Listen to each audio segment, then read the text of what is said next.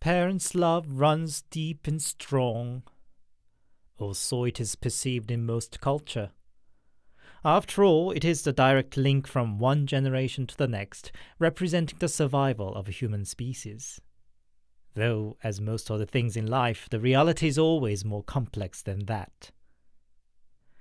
In case of Korea, on top of the usual East Asian trait of close family bond, parental love tends to take on a strong willingness to sacrifice themselves for the children. By the end of Korean War in 1953, Korea was one of the poorest countries in the world. The country was knackered by brutal colonial exploitation, destroyed and divided by tragic civil war, and marred by a series of dictators and political unrests. When the present was so dire, the only hope was in the better future. And on the individual level, children represented exactly that. Enormous emphasis in education and hard-working, sacrifice today for tomorrow mentality characterized our grandparents' and parents' generation and their relationship to their children. Today we are taking a look at 6 stories about parental love from Korea. The incredible love that sometimes gives almost a supernatural power to protect their kids, sometimes reaches over from death, and sometimes gets so obsessive that it destroys the very object of their love. As always, handpicked, translated, and narrated by your host, Anthony.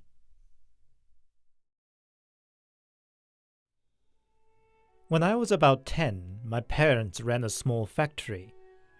As the business grew, they moved the factory to Seoul, so the family also moved there. Working on the new, larger factory, both my parents were very busy. One day I came home from school to find my mother was shedding tears with my younger brother, 5-year-old then, in her arms. What happened was, my brother came home from kindergarten and wanted to watch some videotape. At the time, Korea was transitioning from 110 volts to 220 volts, and he mistakenly tried to push the plug for 110 volts into 220 volts socket and broke the insulating plastic cover of the plug while the metal prong still stuck in the socket. My brother panicked, and in an attempt to cover up the damage, he looked for the pliers to pull them out. But he could not find them and called Mom, then working at the factory, to ask where the pliers were. She rushed back home and was crying to find my brother all fine. In other words, my brother was alive because he didn't find the pliers. Funny thing was, we kept all the tools in the toolbox. Usually my brother wouldn't have had any problem to find the pliers. But that very morning, Mother, on her way out to work, felt out of blue an urge to hide the pliers away. So strong the urge was, she came back in to pull the pliers out of the toolbox and hid it where kids could not reach, in a shoe sitting on the top shelf of the shoe cupboard. So when my brother called her later in the day and asked where the pliers were, she stopped everything and ran back home. Was this the power of mother's love? To this day, almost 20 years later, Mom would still say, "Who knows? I just felt like it then."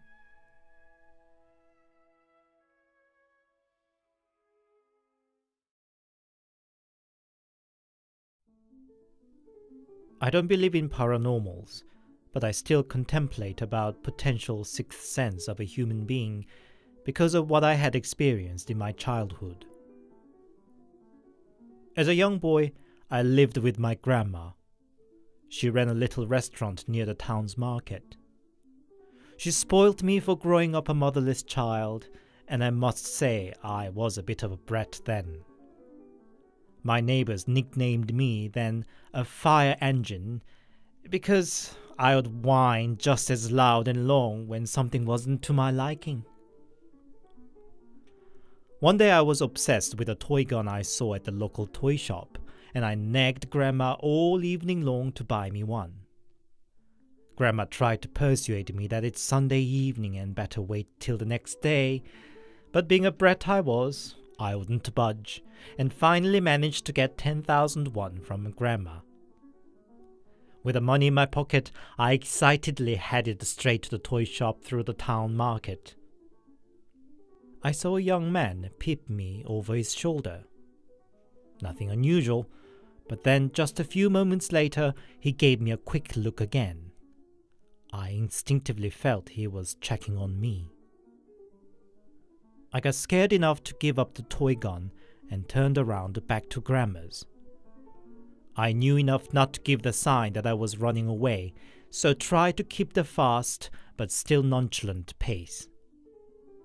Indeed, the guy also turned around and followed me, which made me sure he was up for something. Only when I thought I was near enough to Grandma's, I started sprinting. But however fast a 7-year-old could be, it was no match to that of a grown-up man. He caught me and dragged me away. I started crying and begging whatever came to my mind, that I was motherless, just a poor boy living alone with his granny, she was ill, let me go, etc. The man didn't respond at all, which was even scarier. By then, the most shops in the market were closed, and not a soul was passing through the middle of the marketplace. I was helpless. But then my grandma ran up to us, slapped the man's back, and snatched my hand away from his. The guy started making excuses that he ran a stationery shop down there and thought I could be the boy who'd been nicking things from his shop recently. We both knew it was a nonsense, but my grandma, so scared herself, had only one thing in her mind: to get away from the man and let him slip away without calling the police. Back in a restaurant, she didn't scold me or anything, but quietly gave me a bowl of a hot beef soup.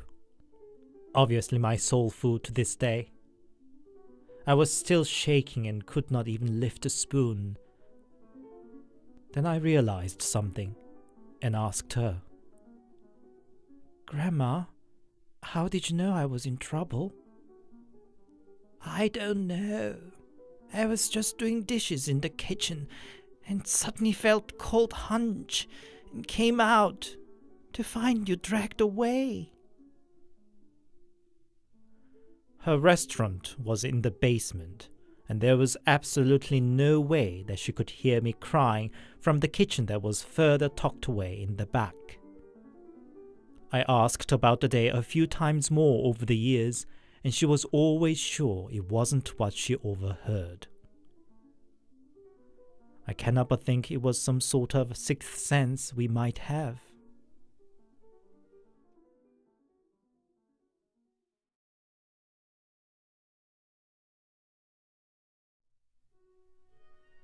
A story my friend told me. His home was a 2-storied townhouse. His dad worked day and night all his youth to be able to afford the house. The family finally moved into the house when the friend was 3 or 4, and his dad was most proud of it as if he had won the whole world. But the happiness was short-lived.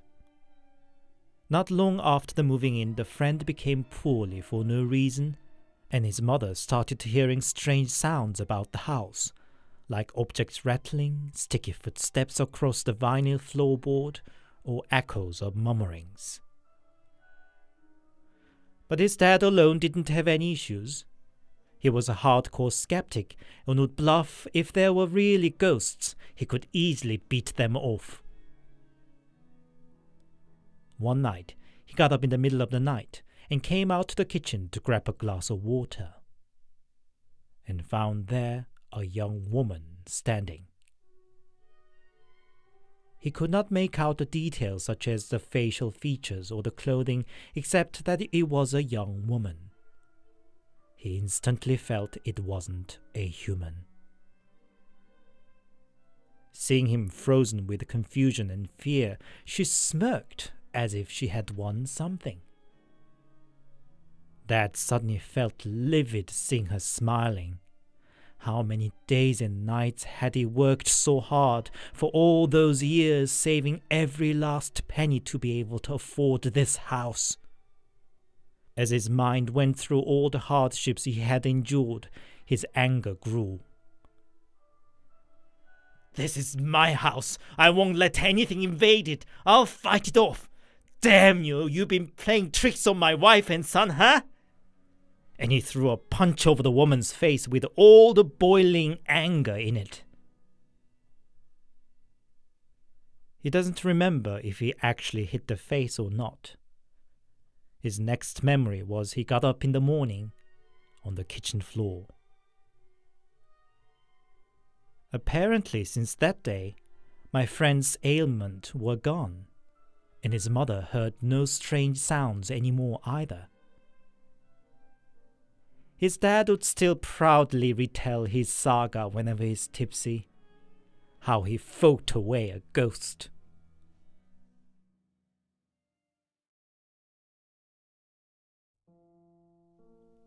I'm a trauma cleaner, meaning I'm specialized in cleaning the aftermath of a crime scene, suicide or unattended death cases.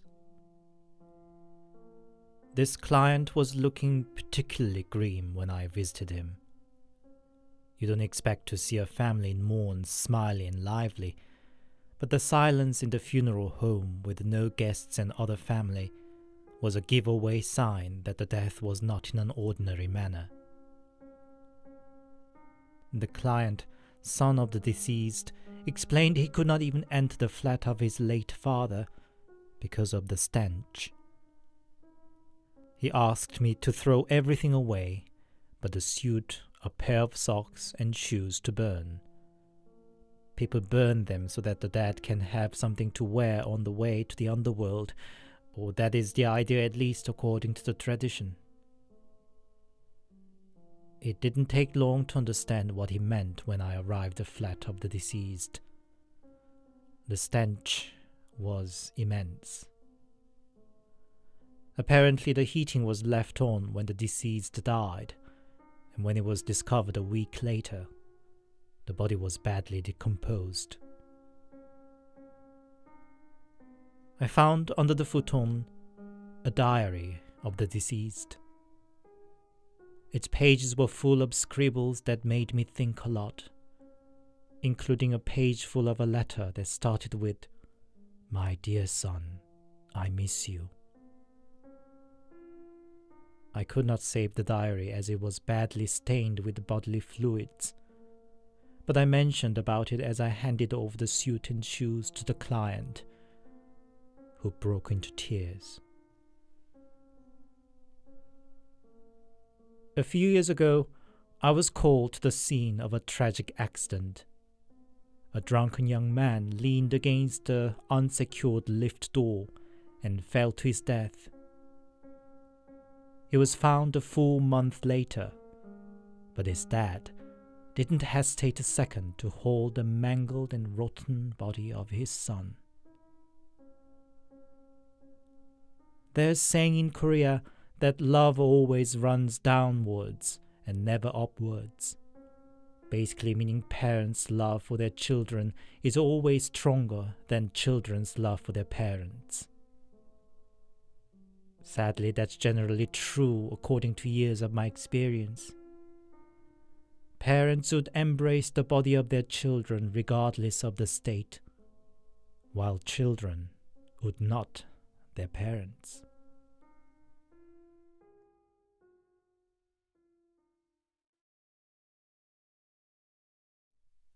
Following story deals with the subject of suicide.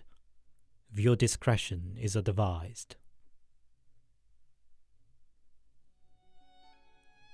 My friend's older sister took her life in the last year of high school. Her result from the mock SAT in June was worse than usual. It wasn't even that bad, but her mother was a relentless control freak. In their home, television was tucked in the library, and the girls could enter there only under their mother's supervision. The sisters didn't know any of the names of the famous idols of the time. Same stringent rule applied in using their computer. They could not do anything under the hawk's eyes of their mother. Upon receiving less than ideal result from the mock SAT, the mother went mad. I hear golf clubs and baseball bats flew in the air. In July, the older of the sisters managed to top in all the subjects in the month's test. The result came out on her mother's birthday, and the same day, she committed suicide. Her last note read, "My birthday present for you. Let's not meet again in the next life." And the sister, my friend, also took her life the same day a year later. She too got the test result of top marks and left a suicide note. "To whom I hate the most, this is my birthday present. I wish you suffer just as much as I and my sister suffered. Let's not meet again." The mother might have all the good intentions for her daughters, but ultimately her blind drive lost both of her girls.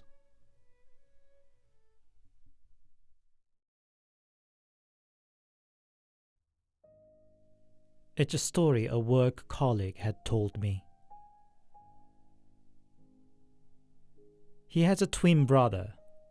Their mother had passed away when they were young.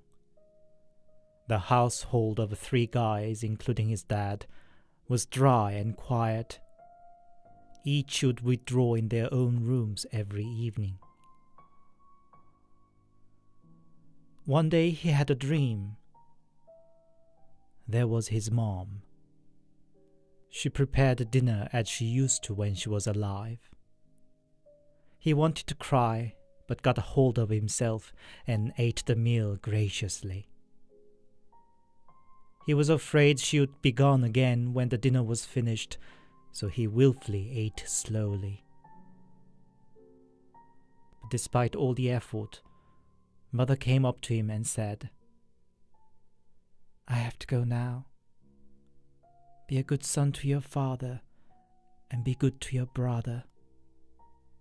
He held her tight and finally bursted into cry. He begged her not to go. "Please stay, please, Mom." But all in vain. She disappeared. He woke up from the dream, but couldn't bear the bursting sadness by himself.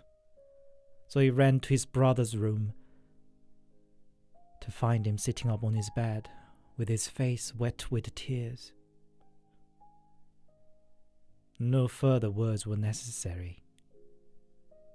They cried together for a long time in each other's arms.